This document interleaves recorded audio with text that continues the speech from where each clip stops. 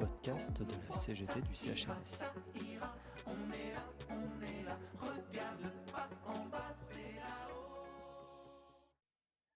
Aujourd'hui, on va parler d'un sujet qui concerne chaque agent de la fonction publique hospitalière et pourtant qui reste mal connu, les accidents de service.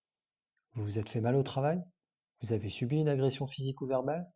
Vous vous êtes blessé sur le trajet entre chez vous et l'hôpital? Ce sont potentiellement des accidents de service ou de trajet. Et surtout, ils doivent être déclarés. Alors restez avec nous, parce qu'on va tout décortiquer ensemble. Ce que c'est exactement, pourquoi il faut déclarer, comment le faire, et quoi faire si on vous met des bâtons dans les roues. Alors commençons par les bases. Qu'est-ce que c'est un accident de service? Un accident de service, c'est un accident qui survient sur votre lieu de travail, pendant vos heures de travail et dans le cadre de votre activité professionnelle. Jusque-là, rien de surprenant. Mais attention, et c'est un point essentiel, un accident de service n'est pas forcément un accident physique. On pense tout de suite à la chute dans un escalier, au faux mouvement en manipulant un patient, à la piqûre accidentelle. Oui, ce sont des accidents de service. Mais ce n'est pas tout. Un accident de service peut aussi être lié à des risques psychosociaux. Concrètement, ça veut dire quoi? Ça veut dire qu'une agression verbale d'un patient, des menaces, des pressions de votre hiérarchie, du harcèlement, une altercation avec un collègue, tout ça peut constituer un accident de service. Et ça, beaucoup de gens ne le savent pas. Beaucoup de gens encaissent, jour après jour, sans savoir qu'ils ont le droit, et même l'intérêt, de déclarer ces situations. Parlons maintenant de l'accident de trajet. C'est un accident qui survient sur votre trajet habituel entre votre domicile et votre lieu de travail. L'aller comme le retour. Et là, petite subtilité importante, si vous faites un détour pour un acte de la vie courante, aller chercher vos enfants à l'école, passer faire des courses, et que vous vous blessez durant ce détour, vous êtes couvert. Donc, si vous avez un accident sur ce trajet-là, c'est aussi un accident de trajet. Pensez à le déclarer. Et si c'est un accident de la route, gardez bien votre constat amiable. Il vous sera demandé dans la procédure. Attention, dans ce cadre, seuls les dommages physiques seront pris en charge dans le cadre de l'accident de trajet. Pour les dommages matériels, ce sont les assurances qui entreront en jeu. Alors maintenant, on va toucher au cœur du sujet. Pourquoi déclarer un accident de service? La réponse est simple. Pour vous protéger. Premièrement, ça vous protège financièrement. Si votre accident de service est reconnu, vous n'avez pas de jour de carence.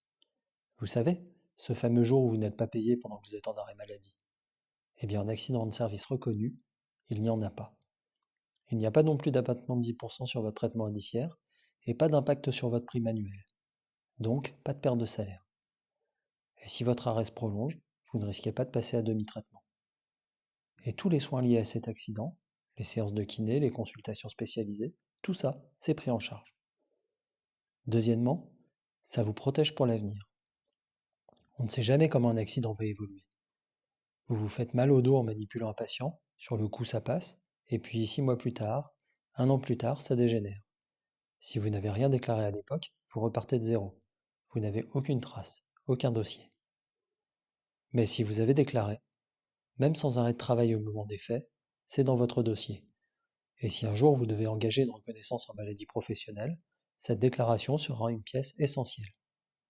Troisièmement, déclarer, c'est aussi faire de la prévention. Quand un accident est déclaré, il est identifié.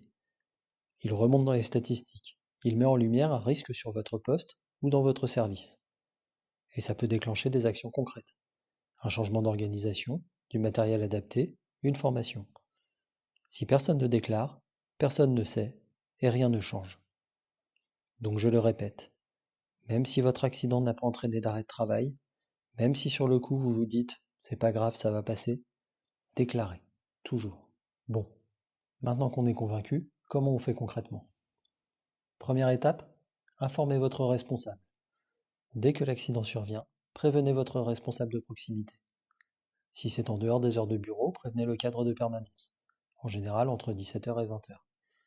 Ou le cadre de garde, les week-ends, jours fériés et la nuit. Deuxième étape, consultez un médecin.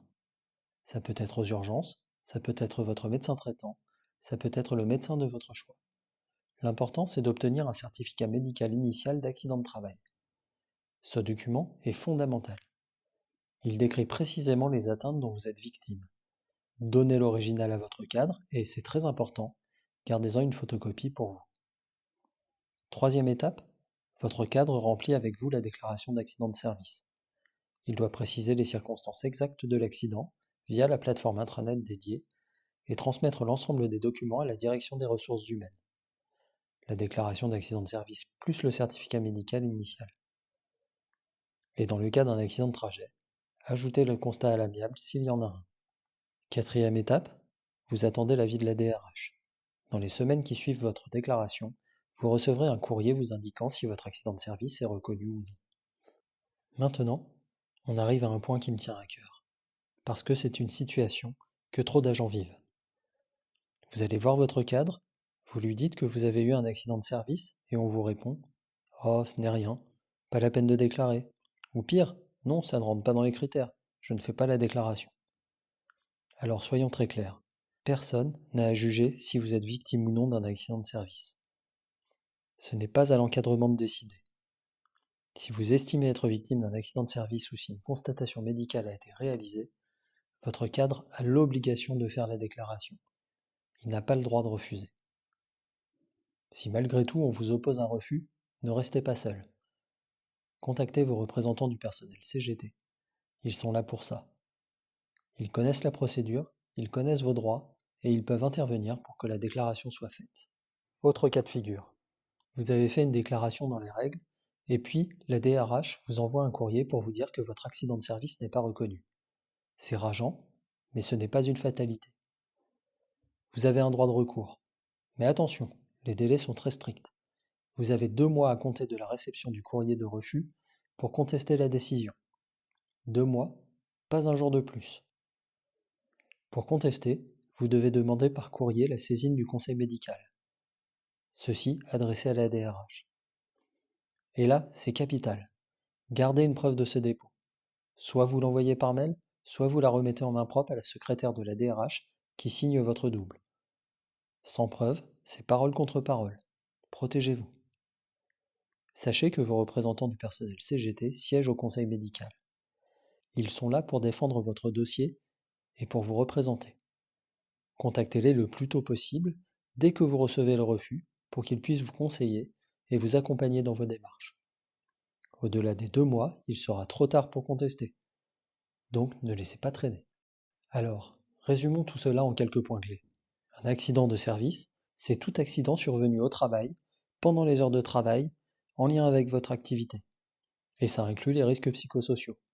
Agression, menaces, harcèlement. Un accident de trajet couvre votre trajet domicile-travail, y compris les détours pour les actes de la vie courante. Déclarez toujours, même sans arrêt de travail, même si ça vous semble bénin sur le moment.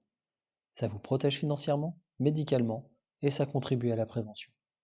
Votre cadre ne peut pas refuser la déclaration. Si c'est le cas, faites-vous accompagner. En cas de refus de reconnaissance, vous avez 2 mois pour contester. Pas un jour de plus. Gardez des preuves de tout. Et surtout, ne restez jamais seul face à ces situations. Vos représentants du personnel CGT sont là pour vous. N'hésitez pas à les contacter, que ce soit pour une question, un doute ou un accompagnement complet. Voilà, c'est tout pour aujourd'hui. J'espère que cet épisode vous a éclairé sur vos droits en matière d'accident de service. Si c'est le cas, partagez-le avec vos collègues, parce que l'information, c'est le premier outil de protection.